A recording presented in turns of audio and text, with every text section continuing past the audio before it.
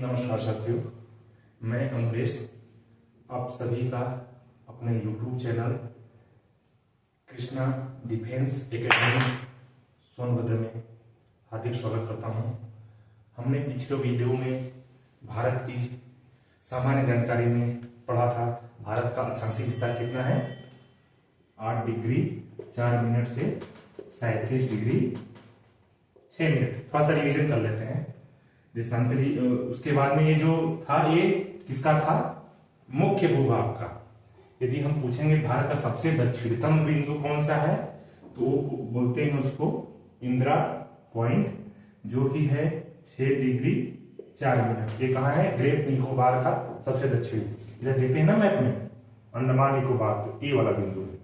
ठीक, हमने देशांतरी विस्तार देखा था।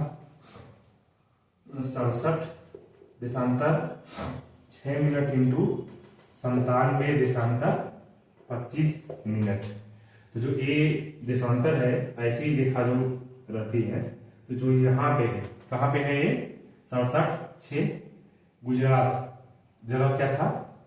गौहर माता। अपना पश्चिमतम बिंदु कौन सा है? वेस्टर्न बिंदु। वेस्टर्न हम पढ़ेंगे तो वेस्टर्न पॉइंट कौन सा है अपना? गौहर माता। क्या है? गौहर माता, जो कहां पड़ता है? गुजरात में। कहां पड़ता है? गुजरात में। कच्छ का रण नाम सुना होगा ना, वहीं पे जो सबसे पश्चिमी बिंदु है गौहर माता। सबसे पूर्वी बिंदु देखेंगे तो ईस्टर्न देखेंगे तो नामचा बारवा शिखर। नामचा बरुआ शिखर। गांव का नाम है कीबीथू। गांव का क्या नाम है? कीबीथू। ये कहां पड़ता है? आंध्र प्रदेश, एपी। सदर्न देखेंगे तो सदर्न देखेंगे तो ऐसे मुख्य भूभाग का कन्याकुमारी। कन्याकुमारी ये पड़ता है तमिलनाडु में। इसके पहले केरला में था, लेकिन तो 2001 से तमिलनाडु में। और ऐसे देखेंगे, समुद्री तट का लेंगे तो इंदिरा पॉइंट। इसी का पहले नाम था पिगमेलियन पॉइंट। ये कहां है? ग्रेट निकोबार में। कहां पड़ता है? ग्रेट निकोबार। हमें बनाते हैं। सबसे पहले हम इसको देखते हैं, थोड़ा जम्मू कश्मीर के बारे में विस्तार से समझ लेते हैं। आगे बढ़ने से पहले हम जो इससे अगला चैप्टर पढ़ेंगे, वो पढ़ेंगे भारत की स्थलीय सीमा। उससे पहले हम थोड़ा सा जम्मू कश्मीर को समझ लेते हैं। एक्चुअल में जम्मू कश्मीर का क्या है?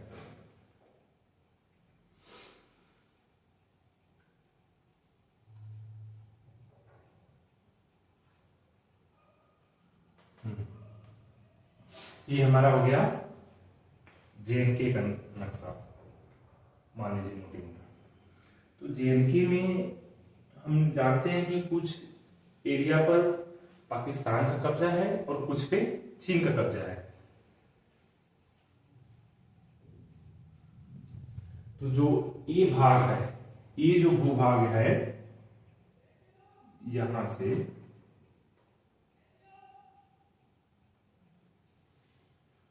ये वाला भूभाग, ये जो है करीब 40%, जम्मू कश्मीर का 40%। कितना परसेंट जम्मू कश्मीर का? 40%। इसको क्या बोलते हैं? POK, पाक ऑक्युपाइड कश्मीर। और जो ये एरिया है, ये एरिया है लगभग 20%, जम्मू कश्मीर का 20%। इसको बोलते हैं अक्साई चीन। बोलते हैं अक्साई चीन। ये किसके कब्जे में है? 20% जम्मू कश्मीर का, 20% चीन के कब्जे में है, 40% पाकिस्तान के कब्जे में है। यहीं पे एक जगह पड़ती है संस्क्राम घाटी। क्या पड़ती है? संस्क्राम घाटी। कितना क्षेत्रफल है? 5180 वर्ग किलोमीटर, 5180 वर्ग किलोमीटर। ये जो पाकिस्तान की जो जमीन है, हड़पी हुई जमीन है, इसने इतनी जमीन किसको दे दी? चीन को। किसको दे दी इसने? चीन को।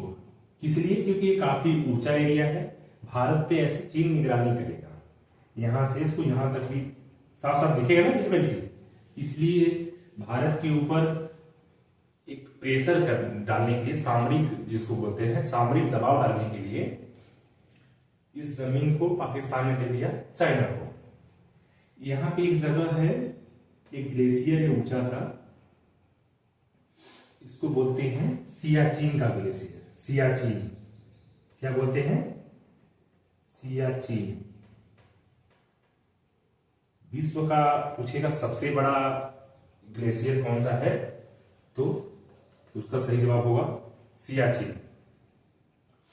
विश्व का सबसे ऊंचा युद्ध क्षेत्र कौन सा है? सियाचिन। इस पर 12 महीना बर्फ जमी रहती है, जो टेम्परेचर है वो -50 तक चला जाता है। कितना तक चला जाता है? -50 डिग्री सेल्सियस। जब देश आजाद हुआ उस समय हमारे पास उतने संसाधन नहीं थे, तो हम यहाँ पे कोई सेना नहीं रहती थी, हम नीचे ही रहते थे।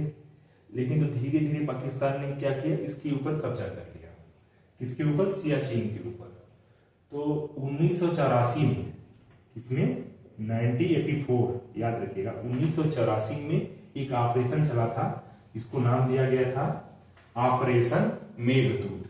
क्या नाम दिया गया था? ऑपरेशन मेघदूत। मेघदूत, ठीक है। इस ऑपरेशन मेघदूत के भारत ने किया और इस सियाचिन पे अपना दोबारा कब्जा पा लिया। ये पूछता है ऑपरेशन मेघदूत कहां पे हुआ था, तो उसका सही जवाब होगा सियाचिन। किस सन में हुआ था, तो उसका सही जवाब होगा 1984 में।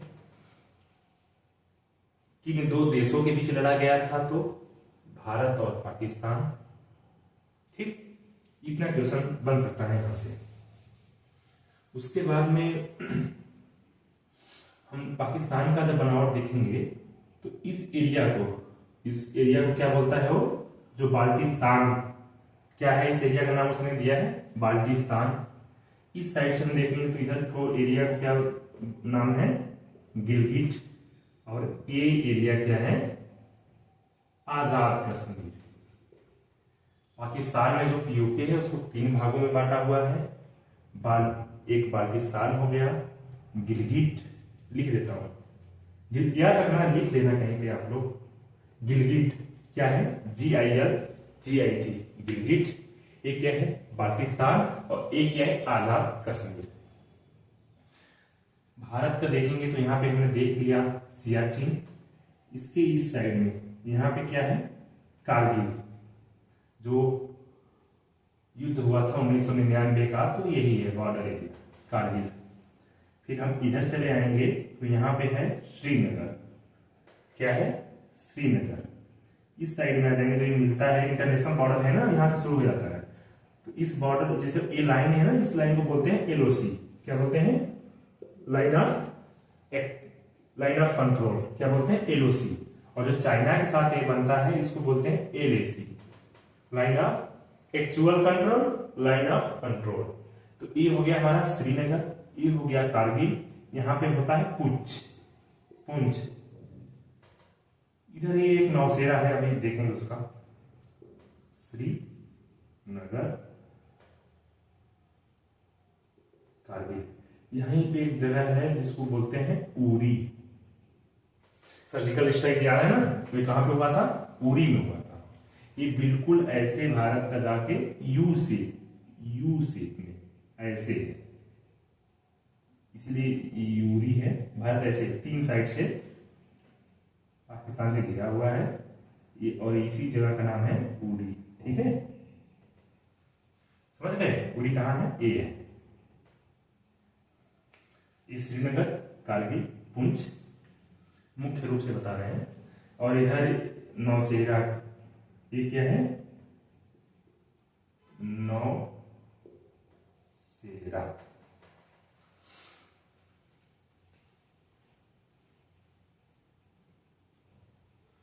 तो हम पाकिस्तान के कुछ देख लेते हैं, पाकिस्तान के बारे में थोड़ा सा हम जीके में देख लेते हैं भौगोलिक दृष्टि से। तो पाकिस्तान में कितने स्टेट हैं? पाकिस्तान, यहां हमने लिख दिया पाकिस्तान, दिख रहा है ना, कमेंट करके बताइएगा। पाकिस्तान में कितने स्टेट हैं? 4 राज्य हैं। कितने राज्य हैं? 4। एक का नाम है पंजाब, दूसरा है सिंध, तीसरा है खैबर पख्तूनवा,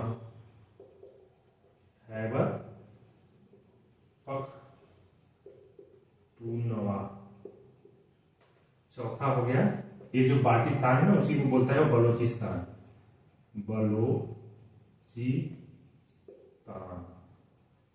उसके पास 3 यूनियन टेरिटरी है। 3 क्या है? यूटी। एक हो गया गिलगिट,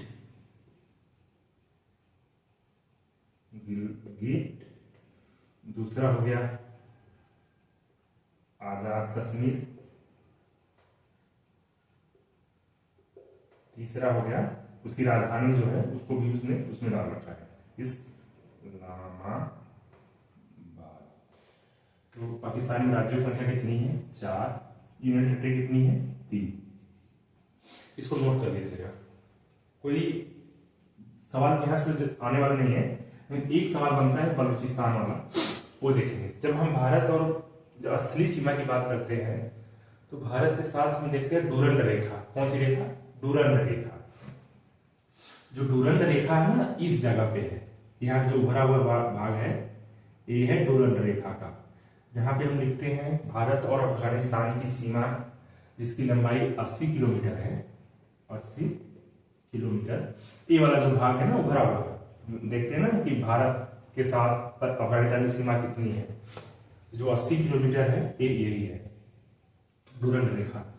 इसको आप लोग नोट कर लीजिएगा।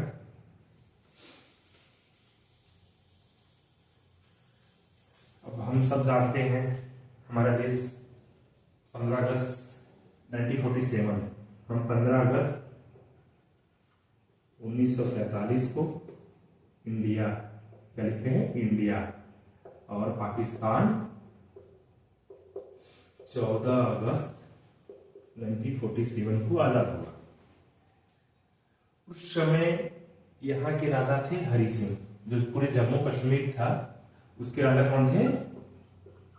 हरि सिंह। जो मेजॉरिटी पॉपुलेशन थी, जनता थी, वो मुस्लिम थी, लेकिन तो राजा क्या थे? हिंदू थे, हरि सिंह। तो जब दोनों देश आजाद हुए, उस समय महाराजा हरि सिंह ने बोला मैं किसी के साथ नहीं जाऊंगा, मैं अपना एक अलग देश, राज्य मेरा अलग है ही, मैं इस पे शासन करूंगा और मैं किसी के साथ नहीं, स्वायत्त शासी रहूंगा, मतलब मेरा खुद का शासन होगा। तो ये जो डोगरा राजा थे हरि सिंह, उस समय जो 80 मतलब 60-40 का रेशियो था। कितना का रेशियो था? 60% मुस्लिम आबादी और 40% हिंदू आबादी। पूरे जम्मू कश्मीर की बात कर रहा हूं मैं। कश्मीर क्षेत्र में 80-20 का रेशियो था, 80 से ऊपर ही कुछ था कश्मीर क्षेत्र में। लेकिन जब पूरे हम जम्मू कश्मीर के डोगराओं की बात करते हैं, जम्मू तक आ जाते हैं, तब जो रेशियो था करीब 60-40 का था, या 65-35 का पॉपुलेशन का जो रेशियो था। अब जैसे ही दोनों देश आजाद हुए, भारत और पाकिस्तान, तो क्या है, बड़ी मछली धीरे धीरे छोटी मछली के ऊपर कब्जा करना शुरू कर देती है या खा जाती है, निकल जाती है। तो पाकिस्तान कबीलाई जो लड़ाके होते हैं, कबीलों में जो रहते थे, पाकिस्तानी सेना ने उनको हथियार देना शुरू कर दिया और वो धीरे धीरे इसके ऊपर यहाँ पे कब्जा करने लगे। ये ऐसे ऐसे कब्जा करने लगे। अब जब कबीलाई आए तो उन्होंने आतंक मचा दिया पूरे जम्मू कश्मीर में। यहाँ गैर हिंदुओं गैर मुस्लिमों की हत्या करना, उनकी बेटियों के साथ जघन्य अपराध करना, इसकी वजह से महाराजा हरि सिंह एकदम उबड़ गए, परेशान हो गए। इनके पास इतनी सेना थी नहीं कि इनका लड़ाई सामना कर सके। तो 25 अक्टूबर 1947 को, कब 25 अक्टूबर 1947 को ये भागे भागे कहाँ गए? जम्मू। वहां से फिर कहे अब चलते हैं, बचा लो हमें, त्राहिमाम त्राहिमाम करते हुए पहुंचे दिल्ली। दिल्ली में नेहरू और पटेल जी से, उस समय गृह मंत्री कौन था? सरदार वल्लभ भाई पटेल। इनकी मीटिंग हुई, बोले हमें बचा लो। पटेल जी तो एक से चलाक, बोले हम तो आपको तभी बचाएंगे जब आप हमें राज्य दे दो, ऐसे हम किस बेस पे लड़ेंगे? अरे लड़ाई तुम्हारी और तुम्हारी है, उसमें हम कैसे कूदेंगे? पूरी दुनिया बोलेगी भारत में कूद गया। क्यों? क्योंकि भाई ये तो भारत हिस्सा उस समय था ही नहीं, ये जो पोर्शन था वो भारत हिस्सा ही नहीं था। अब लड़ाई है उस समय की जम्मू कश्मीर और पाकिस्तान की, तो उसमें इंडिया कैसे घुसेगी? तो 26 अक्टूबर 1947 को 26 अक्टूबर 1947 को विनय पत्र पर हरि सिंह ने साइन कर दिया, लीजिए हम अपने देश को आप में माने कि इंडिया में मिला लेते हैं, अब हमारी रक्षा कीजिए। जैसे ही ये साइन हुआ, तुरंत इंडिया ने पूरे विश्व को बता दिया अब जम्मू कश्मीर भारत का अभिन्न अंग है, इसके ऊपर हुए किसी भी अतिक्रमण का जवाब हम स्वयं देंगे। तब भारत ने यहां से शुरू कर दिया। तब तक ये इधर आ गए थे, श्रीनगर तक आ गए थे। ये कहां तक आ गए थे? श्रीनगर, नौशेरा। ये नौशेरा जगह पड़ती है, इसको पूरा उन्होंने हेडक्वार्टर बना दिया था अपना, पूरा आमनेशन बारूद यहीं पे रखे हुए थे वो, और लगभग यहां तक ये आ गए थे। कहां तक आ गए थे? जो मैं डार्क मार रहा हूं, यहां तक, इनकी श्रीनगर के आगे तक। भारत ने ब्रिगेडियर उस्मानी के नेतृत्व में, ब्रिगेडियर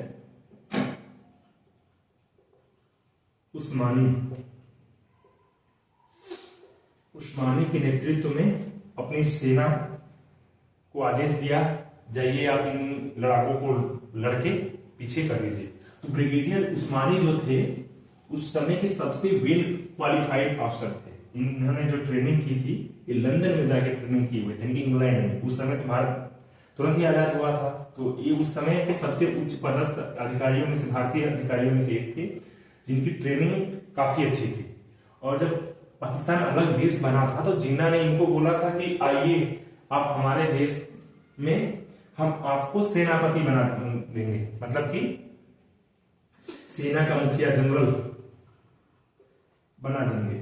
उस्मानी ने कहा था कि नहीं, मैंने जो शपथ ली है वो भारत के नाम से ली है कि मैं भारत के संप्रभुता की रक्षा करूंगा या भारत की रक्षा करूंगा। तो मैं कैसे जा सकता हूं किसी दूसरे देश की रक्षा करने के लिए? यानी ये होता है देश, क्या होता है? राष्ट्रवाद, देशभक्ति। आजकल तो किलो के भाव में मिल रही है, किसी को गाली दे दिया और राष्ट्रभक्त हो गया, लेकिन ऐसा नहीं है। ठीक, ब्रिगेडियर उस्मानी ने मना कर दिया, बोला नहीं, मैं जिस धरती पे जन्म लिया हूं इसी मिट्टी में मैं रहूंगा, या इसी मिट्टी में मैं सुपुर्दे खाक होऊंगा, मुझे नहीं चाहिए तुम्हारा जनरल का पद, मैं अपने ब्रिगेडियर से ही खुश हूं। ठीक, तो इनके नेतृत्व में भारत ने आक्रमण किया और ये सेना जो आ गई थी, कबीलाई जो आ गए थे, ये उल्टी पांव भागने लगे। ठीक,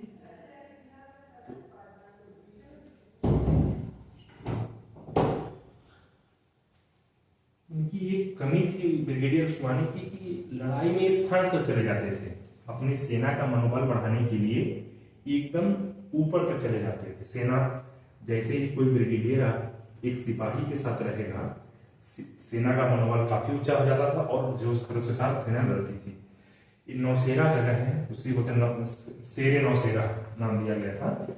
वहीं पे एक ब्लास्ट में इनकी दुखद मृत्यु हो गई, लेकिन तब तक भारत स्थिति यहाँ तक आ गई थी। फिर काफी विश्व में यूएन, काफी देशों का दबाव पड़ने लगा, इसको रहने दीजिए, रोक दीजिए, रोक दीजिए, बाद में हम इसको सॉर्ट आउट कर देंगे। तब इस समय जो लाइन ऑफ कंट्रोल है उसी से मिलते जुलते पे ये लड़ाई रुक गई। नहीं तो यदि 2-4 दिन और मौका मिला होता तो हम पूरे कश्मीर पे अपना कब्जा दोबारा कर लिए होते। उस समय की ये गलती थी, सामरिक गलती, जो गलती माने बहुत बड़ी गलती थी। हम यूएन के दबाव में आ गए, यूनाइटेड नेशंस के दबाव में आ गए, बोले नहीं हम आपको दिलवा देंगे। उन्होंने क्या बोला, हम आपको दिलवा देंगे, लड़ाई करना उचित नहीं है। और हमारी सेना वहीं पे रुक गई और आज हमारा 40% भूभाग किसके कब्जे में है, पाकिस्तान के कब्जे में है। तो कुछ इतिहास हमें देखेंगे तो कुछ हमारी गलतियां नजर आती हैं, नहीं तो आज हम यहाँ तक होते। कहाँ तक होते? जो हम नक्शा बनाते हैं ना, मैप बनाते हैं भारत का, हम वहां तक होते, लेकिन एक्चुअल में हम कहाँ रह गए हैं, हम इधर तक ही रह गए हैं।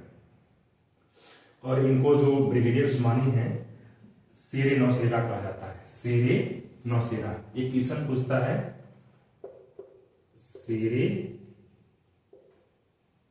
नौशेरा की उपाधि किसे दी गई? उपाधि किसे दी गई? तो कौन, किसको दी गई? ब्रिगेडियर उस्मानी को। एक क्वेश्चन पूछता है, महाराजा हरि सिंह ने विलय पत्र पर कब साइन किया था? तो कब साइन किए थे उन्होंने? 26 अक्टूबर 1947। क्वेश्चन पूछेगा, महाराजा हरि सिंह कब भाग के जम्मू दिल्ली गए? तो कब गए थे? 25 अक्टूबर को दिल्ली गए और 26 अक्टूबर को उन्होंने सिग्नेचर किया विलय पत्र पर। उसके बाद एक संग्राम हुआ, ये जो कबीलाई यहाँ तक आ गए थे, भाग के वापस जाने लगे। उसके बाद यूएन ने क्या कहा, आप लोग लड़ाई मत करो, हम आपको आपका क्षेत्र दिलवा देंगे जनमत संग्रह के माध्यम से। आज तक वो हुआ नहीं। उसकी जो लड़ाई हम अलग से पढ़ेंगे, जो उसके बाद का जो हम जम्मू कश्मीर का जब इतिहास भूगोल पढ़ेंगे तब हम बाकी चीज देखेंगे। ये नॉर्मल हम आज जो दूसरा चैप्टर है जियोग्राफी का, तो यहाँ पे हमने जो देखा थोड़ा सा हमारे माइंड सेट में होना चाहिए। बाद में हम लिखेंगे पीओके में, ये छोटी पीओके में है, पहाड़ी पीओके में है, तो उसको आपको समझना चाहिए। इसलिए हमने थोड़ा सा जम्मू कश्मीर का जो भौगोलिक स्थिति वर्तमान है उसके बारे में हमने बता दिया। हम जो अगला चैप्टर पढ़ेंगे उसमें भारत की स्थलीय सीमा देखेंगे। कौन सी सीमा देखेंगे? भारत की स्थलीय सीमा, जो कि 15,200 किलोमीटर है। वो किस हिसाब से, किस देश के साथ कितना बनती है, हम इसको देखेंगे। ठीक, आज के जो भी आपको डाउट होगा, जहां नहीं समझ में आया होगा, प्लीज कमेंट करके पूछ सकते हैं। आप कमेंट करके आप पूछ सकते हैं, नहीं तो व्हाट्सएप भी मेरे नंबर पे कर सकते हैं 9083589392। कोई भी डाउट होने पे इस नंबर पे आप व्हाट्सएप के माध्यम से भी पूछ सकते हैं। मेरा चैनल जरूर सब्सक्राइब करें, कृष्णा डिफेंस एकेडमी सोनभद्र। मैं आप लोगों को इस चैनल के माध्यम से एक दिवसीय एग्जाम के लिए जितना जरूरत हो सकेगा उतना कोशिश करूंगा आप लोग सफल हों, इसी कामना के साथ। हमारे कुछ और टीचर हैं जो अलग अलग विषय के लिए, मैं आप लोगों को आज बता देता हूं, मैं जीके और मैथ आपको 2 सब्जेक्ट क्लियर कराऊंगा। रीजनिंग कोई और सर क्लियर कराएंगे, रीजनिंग के लिए अलग सर आपको क्लियर कराएंगे, हिंदी इंग्लिश इसके लिए अलग सर आएंगे। ठीक, तब तक आप पहले जीके, उसके बाद मैथ कंप्लीट करिए, उसके बाद में हम रीजनिंग, हिंदी और इंग्लिश के लिए अलग टीचर हैं, वो आप लोगों को इसी प्लेटफॉर्म पे, इसी चैनल पे उनका भी वीडियो मैं अपलोड करूंगा। तब तक के लिए मुझे इजाजत दीजिए। नमस्कार। आप सभी लोग ध्यान से पढ़िए। जो पहला चैप्टर आज 2 है, जो चैप्टर 1 है, इसको पढ़िए। भारत की सामान्य जानकारी आज हमने आपको बताया चैप्टर 2 के नाम से आएगा, भाग 2। ठीक, भारत की समान जानकारी भाग 2 के नाम से हम यूट्यूब पे इसको अपलोड करेंगे। आप लोग अच्छे से जानकारी लीजिए, अच्छे से पढ़िए। तब तक के लिए नमस्कार। कोई भी डाउट हो तुरंत पूछिए, कमेंट में पूछिए या मेरे व्हाट्सएप नंबर पर पूछिए।